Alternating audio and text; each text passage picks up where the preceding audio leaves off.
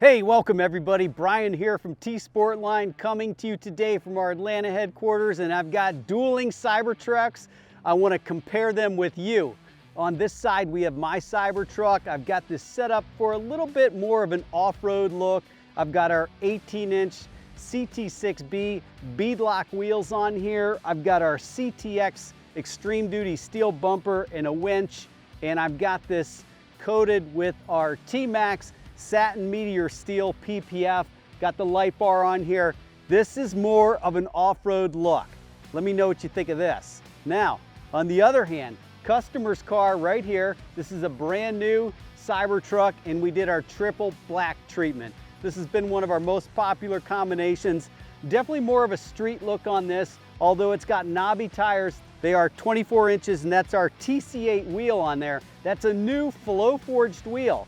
Now, we have forged versions, which are a CTM, but the TC8 over here is a flow forged wheel, a little better price point for you, and looks just as good. We've got it optionally with floating center caps. You can get it with lug nuts or center caps like this. Those are floaters. And this, of course, the triple black theme, that's T-Max Hypergloss Black PPF. And then all of the plastic cladding, the bumper, the wheel arches, the side cladding, the rear bumper, we smooth that out, we fill it, and then we gloss paint it to match the PPF. It gives you that incredible midnight blackout look. The Cybertruck is really meant to be a dark shade. Black is amazing, but let's compare that to this. This is more of the off-road look.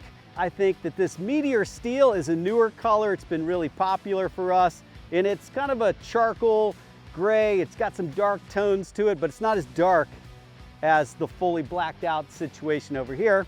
And this is more your street version. This midnight black just looks so tough on the Cybertruck. All right, everybody, which one do you like better? Let me know in the comments below.